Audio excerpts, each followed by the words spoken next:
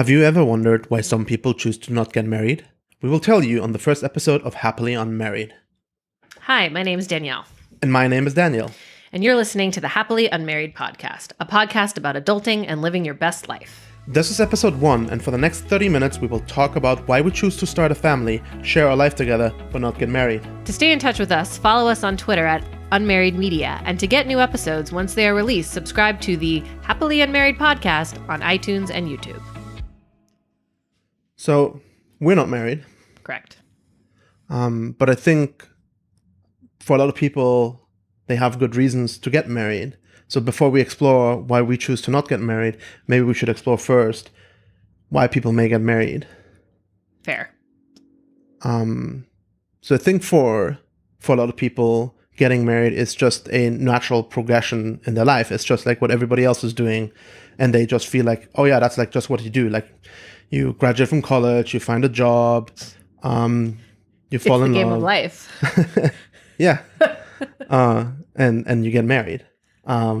There's no questions asked, right? Nobody like reflects on if this is like makes sense or if this is what they want. It's just, oh yeah, everybody else does it, so I'm going to do that as well. Right. Yeah. There's this assumption that in order for you to have children, you have to be married first. So marriage is that natural progression. We have these relationships early in our lives. And I think for a lot of people, getting married is the end goal. And I agree. I think that it is, it's like I wasn't joking when I said it's like the game of life. We literally grow up playing that game as a kid, and you had to stop to go to college, and you had to stop to buy a house, and you had to stop to get married, and you didn't have children until after you got married. So, I think just from a cultural perspective, it almost feels like it's a requirement. Right. And there's obviously also like for a lot of people, there's religious reasons, Absolutely, and cultural reasons. There's like even a lot of like expectations from not necessarily from the people themselves that are getting married, but like from their friends and family around them that they should be married before they do any of the next like steps in life, having children or moving in with somebody, these kind of things, right? Yeah, and I even think aside from other people's perception of what you should and shouldn't be doing, there's kind of that natural peer pressure. So when everyone else around you is getting married, you feel, or people might feel that, okay, well, if all my friends are getting married and they're at the same place in their relationship that I am, then the next logical step for me is also to get married. Right.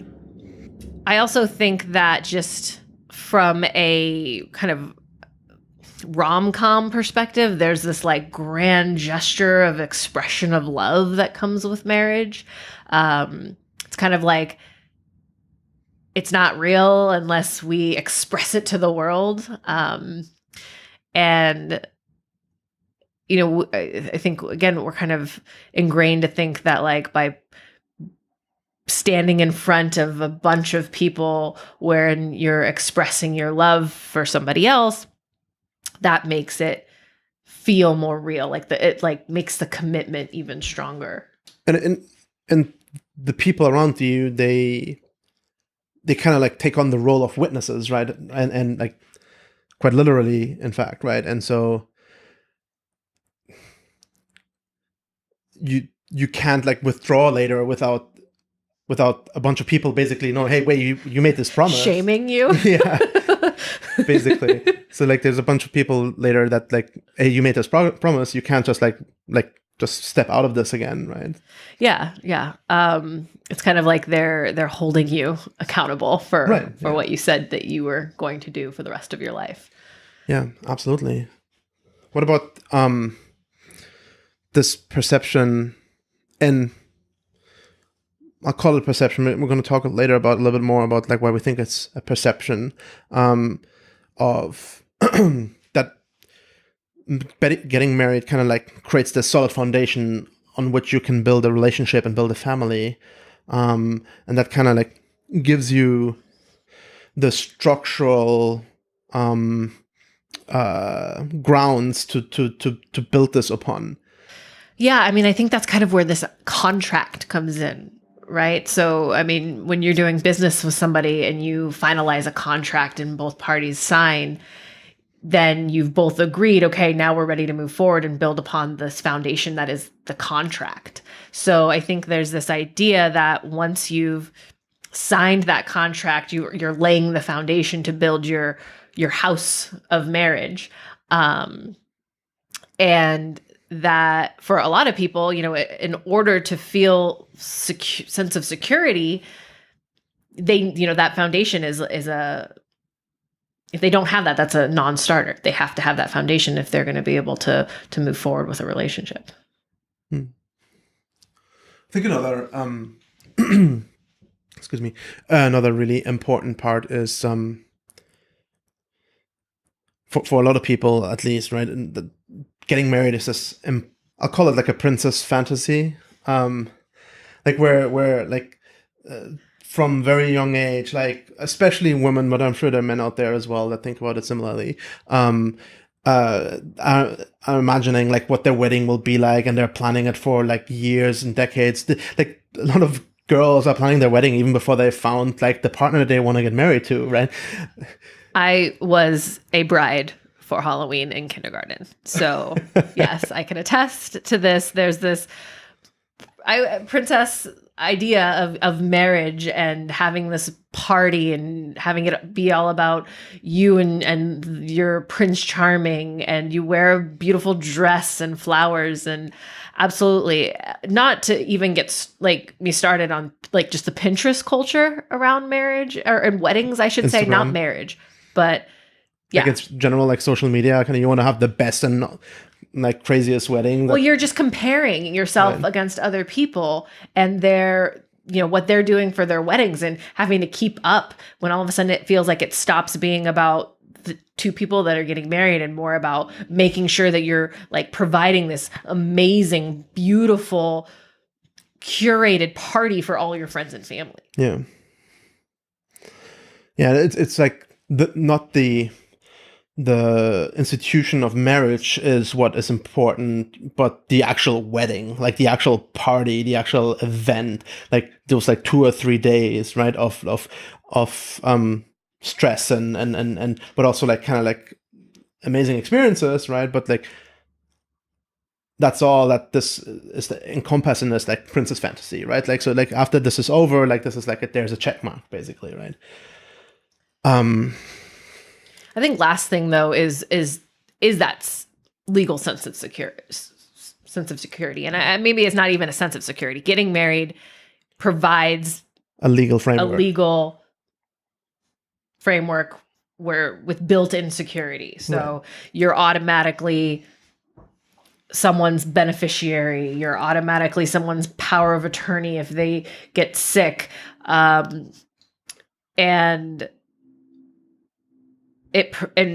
for a lot of, traditionally, if we want to go way back to the 50s when women weren't working and men were the sole providers, that security and the legality of marriage was really important.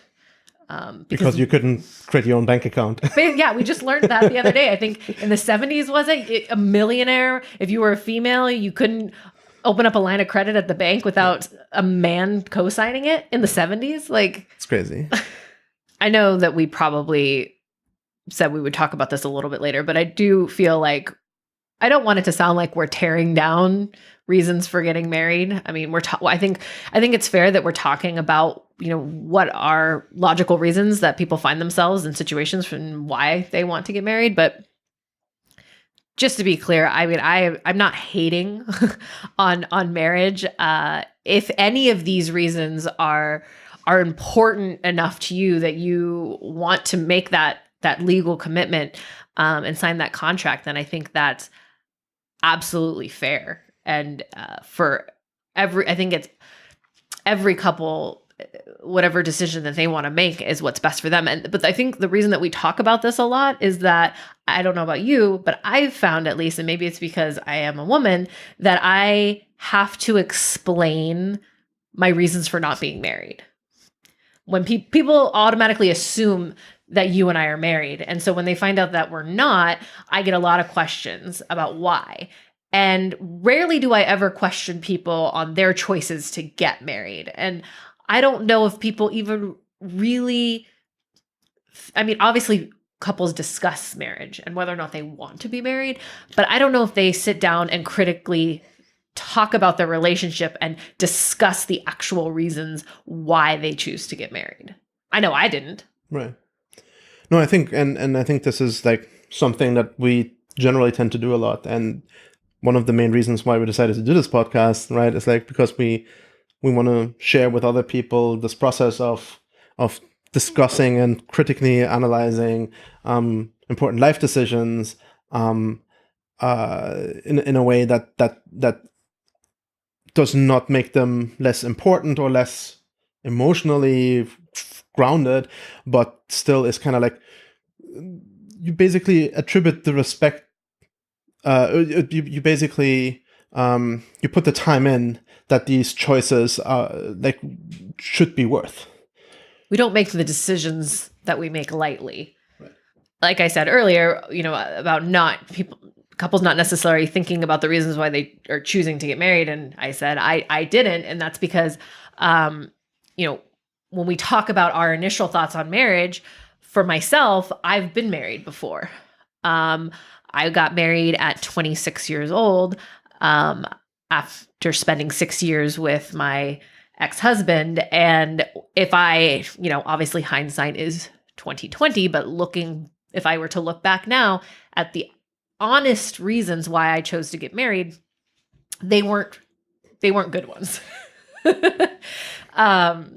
So I think. So what, like, do you want to share some of those? Yeah, reasons? I mean, it's just, we were two people who were not necessarily in the same place in our lives. And a part of me thought that by making that next step, that would force both of us to kind of grow up and rise to the occasion. I also felt like this was a natural life event. So I had graduated from college. I had started my career. We had been together 6 years. Have I wasted my 20s? It's time to move on. We need to get married and keep it going. But what you said before about kind of like fixing some of the discrepancies that you felt were in your relationship, that's interesting because I don't think we've actually put this on our list. Like, kind of like, I feel like sometimes people make this choice because they hope they can fix something that is broken in their relationship. Absolutely. Right? So like they use it as like super glue or like a patch or whatever, right? And like, I don't know if anybody or how many people use that as their primary reason, but I think a lot of times like there's like this red flag and they're just like, instead of seeing, oh, the red flag should actually be a sign for me to not get married or to at least critically assess this choice. Mm-hmm. Did they actually, oh yeah, like getting married would totally help fixing that red flag. Mm-hmm. Yeah, so that's a really good point. And I think that for me, there was a part that was, if we could just get past this, then everything will be okay from here on out, which I think is actually part of that establishing that sense of foundation mm-hmm. That we discussed about. I felt like if we could just get this foundation, we can build off of that. And so for me, I would say that that's getting married for the wrong reasons. There was a part of me that felt like I had already invested. What is the false,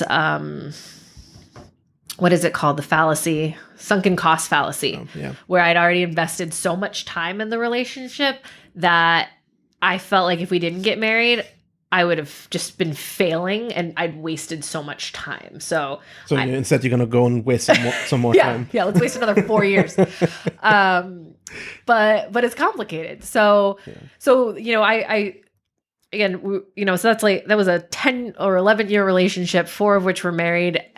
And I experienced a lot of marriage PTSD. And I also felt like I was forced to face some of these fallacies where, getting married didn't fix things. And that contract at the end isn't going to stop your partner from doing horrible things to you. If it doesn't mean the same thing to both people, then you're already starting off with a broken foundation. And I think this is kind of like where we talked about, where previously said like this perception of uh this perception of foundation, right? Or like this perception of like security and safety is like, just because there's a contract does not mean that that things get better, Right. right?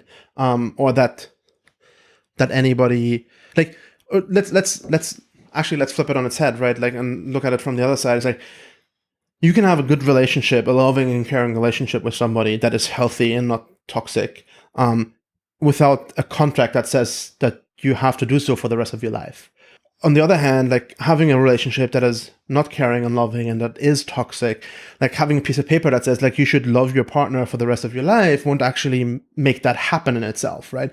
So that's where I mean, like, there's this perception that being married kind of like brings the security with it, which it really doesn't, right? What it does in the end, and I think this is also like something that you maybe experienced from your previous marriage, like, it kind of like, it actually like creates shackles, right? When you are in a toxic relationship and then where there are problems, it actually makes it hard to kind of like get out of this again, and like and creates all this like paperwork and problems, and like until this day, like, we have to deal with like your ex in certain situations, right? So what about you? What are your thoughts? Or what, I should say, not say what are your thoughts currently. What were but coming into this relationship with me, we should maybe mention that we've been together for 4.5 years now. So coming into this relationship, what were your initial thoughts on marriage? I mean, I think to a large degree, I was very in line with some of these reasons that we outlined earlier. So like, for me, it was definitely like this kind of like natural progression of life. Like, I said, like, yeah, like, I'm gonna go and find a partner, and we're gonna get married, we're gonna have kids, and like, I do want to have, always wanted to have kids, or like, at least for a while. The getting married thing was more like, kind of like, oh yeah, this is just what you do before you have kids, right? I didn't have like this big desire to get married. It was just like, oh yeah, this is what you do. And I guess like one thing that is a little bit was a thing for me was like, kind of like, it is a life event in the sense of that you leave like your single life behind, and you're now in a like committed relationship, and it kind of puts like a stamp on that officially.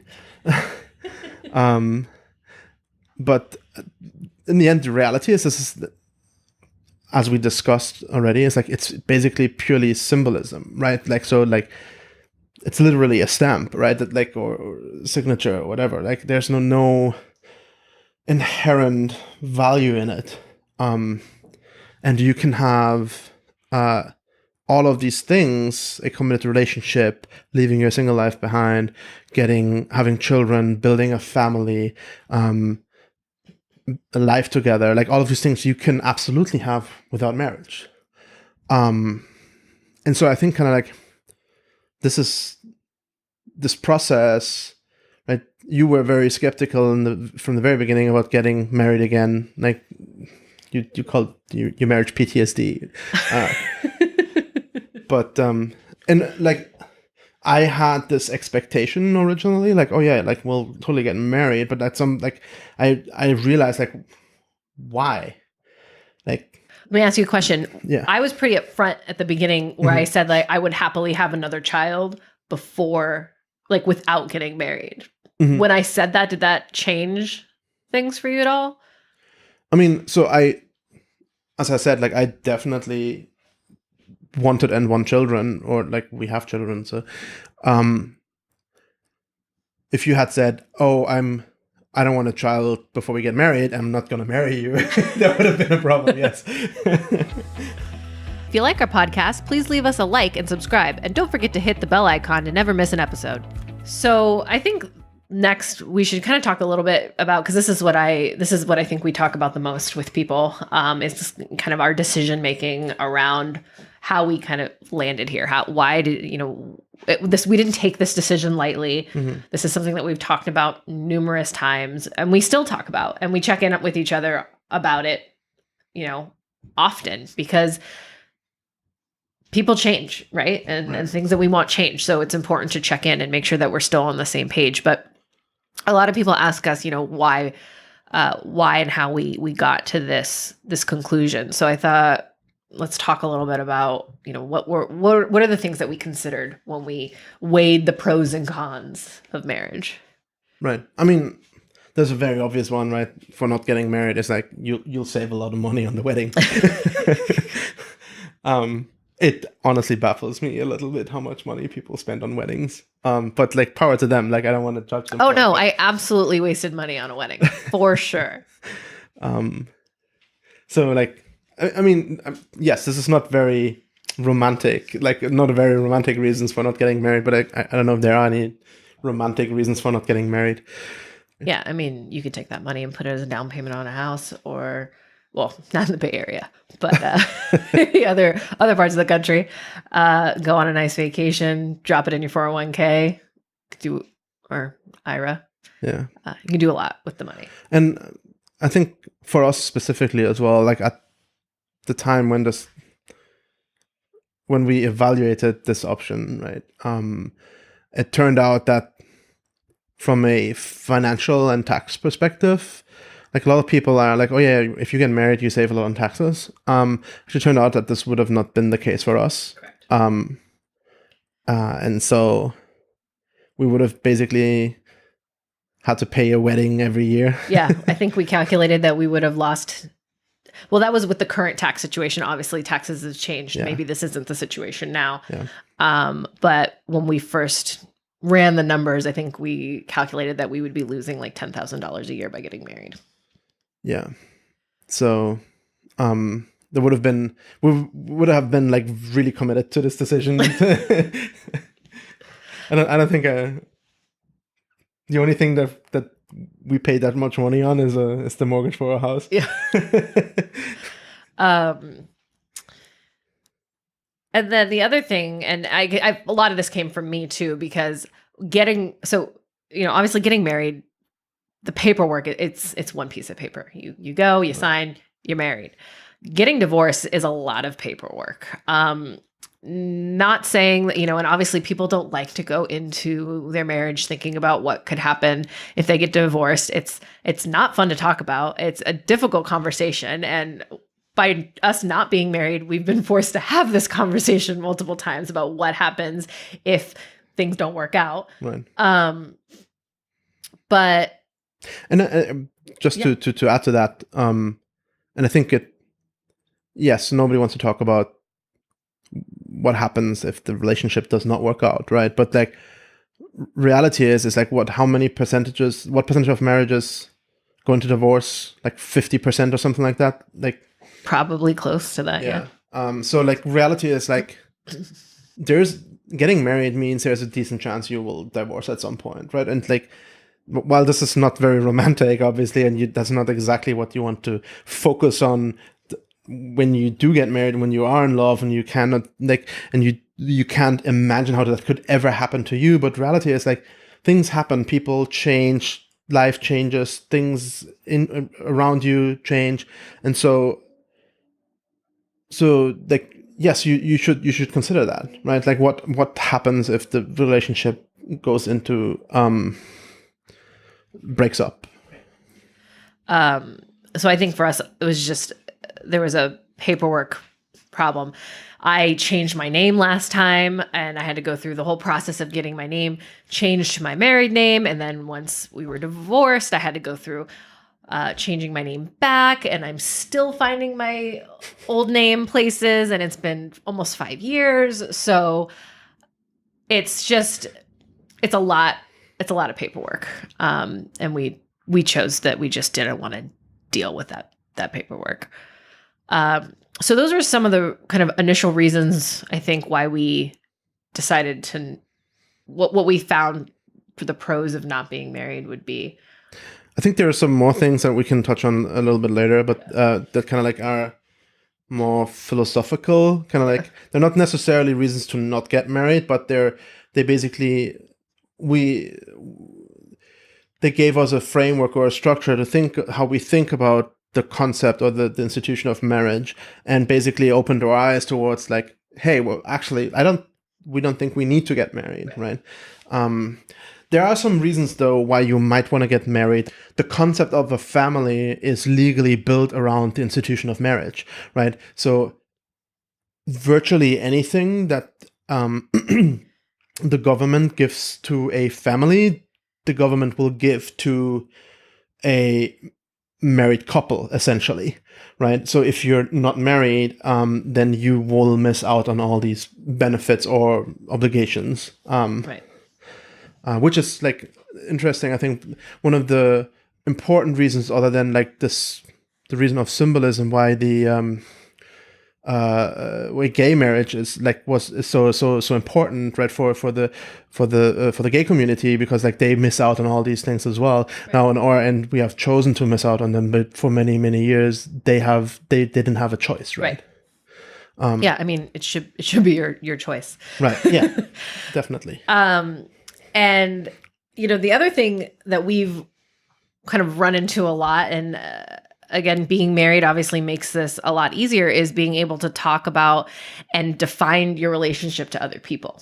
It's, What do you mean with that? So, I mean, like we said before, specifically for us, constantly having to explain and define. And also just when I'm getting on the phone with Comcast and explaining problems and letting them know that my boyfriend will be home, my partner will be home. Sometimes it's easier to just say my husband, because that's kind of the universal understanding of, my other half. Right. The other person responsible. The person that I am in a lifetime committed relationship with. Right. So it's just like husband is like an abbreviation for that.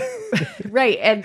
And so it's just, sometimes it's, I sometimes feel awkward, like if I'm talking to somebody new and it feels very weird to refer to you as my boyfriend at this point, but it also kind of feels weird saying partner and with someone that I've never met before. So, it is easy to just default to husband if it's someone that I'm probably never going to talk to again. And I just need to briefly let them know how you and I are connected in one way or another. I feel like, though, I tend to have more of a problem with that than you do. And maybe it's just because you don't talk to people who... I don't know. I mean, I am also I'm just saying my wife in a lot of cases. I will sometimes say my partner. And I do sometimes say my girlfriend. And it depends a little bit on how close my relationship with the other person is. If it's a total stranger and I don't care about them knowing anything about us, then I will say my wife. But like, for example, when I talk to coworkers or other people that are a more important part of my life, like I will say my girlfriend, because I think it's important for me or for them to know that you're not technically my wife, right? I mean, so other than for us, how we interact with other people and how other people perceive our relationship. In addition to that, I think not being married has a drawback for how our children perceive our relationship. And so basically all the struggles that we have in terms of talking to other people about our relationship, they also have in talking about our relationship to their friends. So like, and for children especially, right, there's also this, they tend to like not understand, like, for example, why everybody's parents are married and like, but their parents aren't. Like, are they missing out on something? Are their parents like special in a negative way? Kind of like, are they not like full parents or something like that, right? So this is like, for the children, this creates these kind of like hard to understand and to comprehend kind of like scenarios, and makes it the same. Just as it makes it for us hard to talk about, it makes it for them hard to talk about as well. But they're obviously children, so they don't have the tools to deal with it. Right. Yeah. So, for example, our oldest child is... How do I even explain? So this will be the only time that I refer to our oldest child as not your biological child. So our oldest, we definitely had when we first started dating, you know, I had her with my ex-husband, and he is no longer a part of her life, and you stepped in when she was quite young. But, you know, she referred to you as Daniel, and you were mommy's boyfriend. But it wasn't until she got into preschool that you could see that those gears were starting to turn, and she was trying to understand how her family fits with her friends' families, because they were talking about their mom and their dad. And she's like, well, I've got my mom and Daniel, and we're all a family, you know, and that's when she started to struggle, I think, with kind of understanding the concept of family for her. Right. We had to be very explicit, like that we are a family, right? Yeah. Like even if I'm not her dad, we are still a family. Right. But we even remedied that. And maybe that's something we could talk about in another podcast. But, you know, we talked to her, and she, you know, decided that she wanted to refer to you as her dad. Right. We discussed like basically what the correct terms for each other because are. I think for her, she struggled with, you know, she knew that we were a family, but she struggled with, well, so, you know, my friend has dad and I have Daniel, and what does that mean? So, and then on top of that, we weren't married. And this was especially important before a second child or actual common biological child was born. Right. So that we needed to make sure that both children like have the same concepts and terms. Right. So yeah, it's hard enough for me to explain our relationship and the significance of our relationship to other people. For children, I can only imagine how difficult that might be. But I think we should probably move on. So I think I briefly mentioned it earlier, like some of the philosophical factors, so to say. Like, so those are they're not really pros or cons, but they were like thought processes that we had that made us realize that we do not need to get married. So like I think, and it touches on, and they kind of touch on some of the things that we discussed in the very beginning about like what are reasons why people get married. And for us, it's like we looked at those reasons and we realized that a lot of them do not apply to us, right? So I think a very important one is like that this kind of like symbol of commitment, right? Or this contract of commitment, we realize that we can have that without the symbolism. Like we can be in a committed relationship and dedicated to each other and to our family and our children, right? Without having to have a piece of paper that says that we have to do that, right? For me though, I mean, it's funny, like, but to get to that point after being married before, and even though it didn't work out, and that piece of paper at the end of the day meant nothing, this whole idea of like stepping into this kind of long-term commitment with you without that contract, still, like at the beginning, still, even though I was like not interested in being married, there's still this part of you that's like, I don't know if it's ingrained in you, where it's like, it's scary to think or to take that step and say that you're going to be committed to someone without doing all the things that you're supposed to do, right?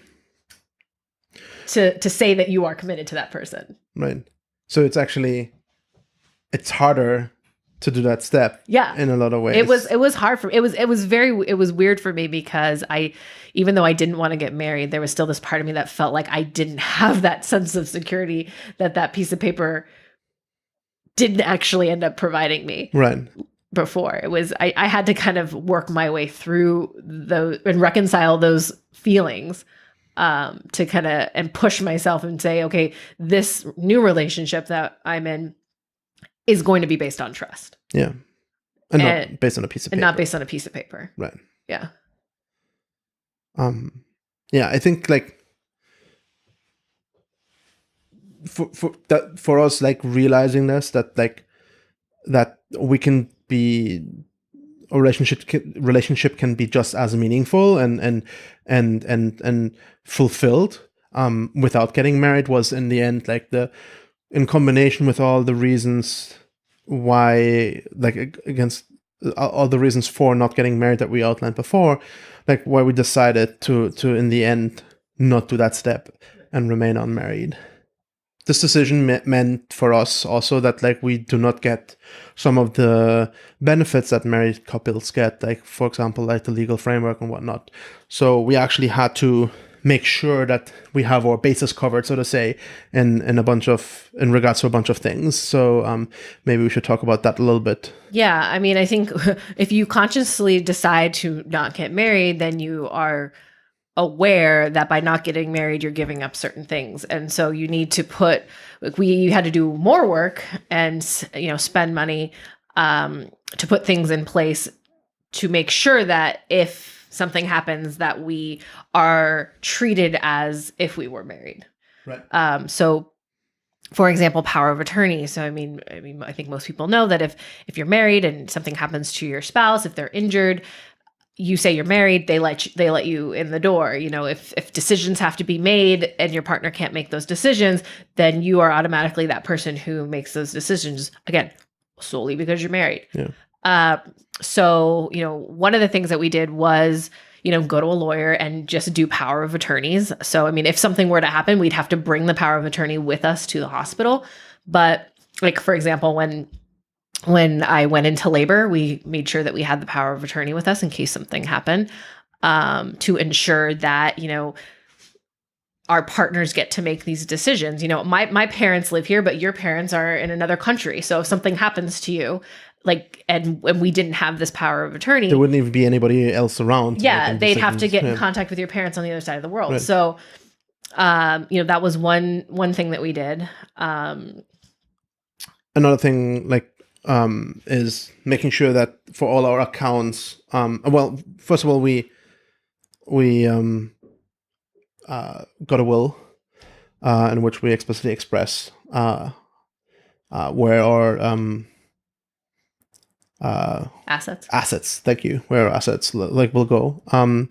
But also we need to make sure that on all our accounts the beneficiaries are explicitly filled out. So to make sure that each other we're covering each other's financials and in case of emergency, because if we were married, the partner would automatically get the benefits. So if you're married, if let's say there's an accident, one person passes away, then the other will get all their assets by default, right? Where that's not true for unmarried couples. So we have to explicitly say, hey, I want Danielle to get my 401k or whatever if I passed away. Exactly.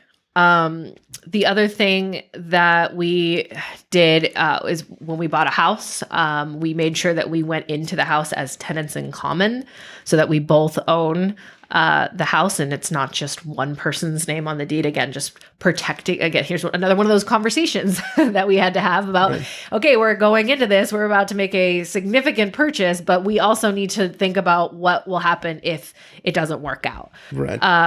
So by going in on the house as tenants in common, then we each own a portion of the house. It's in both of our names. So if something were to happen, then we would have to either buy each other out or sell the house. Right. And we contribute to the mortgage and both principal and interest payments to the same level as we are tenants in common. Which also touches on the last point a little bit. It's a lot of married couples decide to because they are married and to merge their finances, right? Which we have not done. So we have a couple of shared bank accounts that we use for family expenses, but we in general manage our own financial assets independently. Right. I will say though that I think that another reason, why a married couple might merge their accounts is also kind of around this whole, by getting married, you'll save money on taxes. If you don't have so for me in my first marriage, neither one of us had money. Mm-hmm. So by pooling our resources together, it made it easier to manage our money. Right. But I think also if you do not have a prenup, the default is that all your assets will go to your partner if you passed away. So you are, or tentatively, all your resources and assets are already merged anyway at some point in the future. Right. I guess what I'm trying to say is that while we do have separate accounts, and while we do choose to keep separate accounts as well as some individuals, we have the luxury, we have the privilege of being able to do that because we aren't in a place where we're trying to pool all of our resources together in order to get our bills paid. Fair enough. Yeah. I think the other thing too, and I know we've touched on this, obviously we're not anti-marriage. This isn't a platform that we want to stand on. As I said, any reason that you feel is significant enough for you to be married is a good enough reason for you.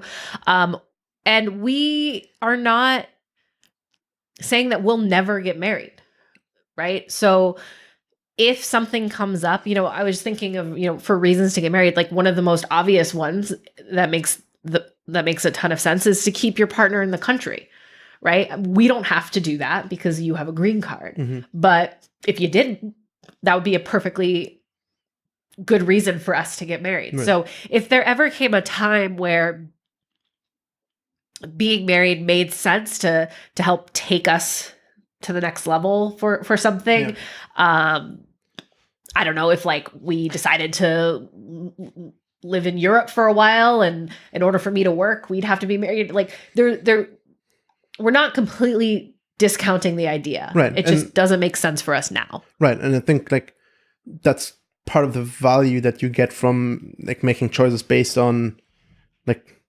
objective arguments and reasons. It's like if the conditions change, right, you're not married to your choice. So you can reevaluate the changed conditions and be like, okay, like now it does make sense to get married. Join us next time when we'll discuss trading off between family and career. To not miss that or any other episode, make sure to subscribe and hit the bell icon. So to wrap it up, we're not telling anybody to get married or to not get married, right? I think what we're trying to tell people is that when you're making important decisions in your life, you should know why you're making your choices and like what are the arguments for and against them, and that you reflect on those arguments and those choices that you make, and that you don't just do it because like everybody else does it or because it's something that is expected from you, but like actually consider why you're making this choice. And I think not only like for yourself, but like also like especially like with your partner and your family, right? So you should have a discussion with your partner about like all the reasons why you're making specific choices, in this case, getting married. Yeah. And I think the other part too is like when you're making big decisions about your life, especially when it's with someone else, like these are very emotional decisions, mm-hmm. which makes it really scary to talk about because you're afraid that if you talk about them, you're going to find out that you and your partner are not on the same page. Right. I can say for myself specifically, that has been the hardest part kind of and starting this journey with you. But by discussing these reasons for or against marriage or any decision that you're making with your partner, if you're not on the same page, that gives you somewhere to start, where you can discuss your reasons for, why you might feel one way and your partner feels another way. And hopefully by kind of doing your best to take the emotion out of it, you can get to a place where you both are comfortable. Right. Awesome. So thanks a lot for listening. Please let us know what your reasons are for getting married or not. And tell us in the comments below or on Twitter at Unmarried Media. If you want to support us and our work, please check out how to do so at happily-unmarried.media/support. I'm Daniel. And I'm Danielle. And we're happily unmarried.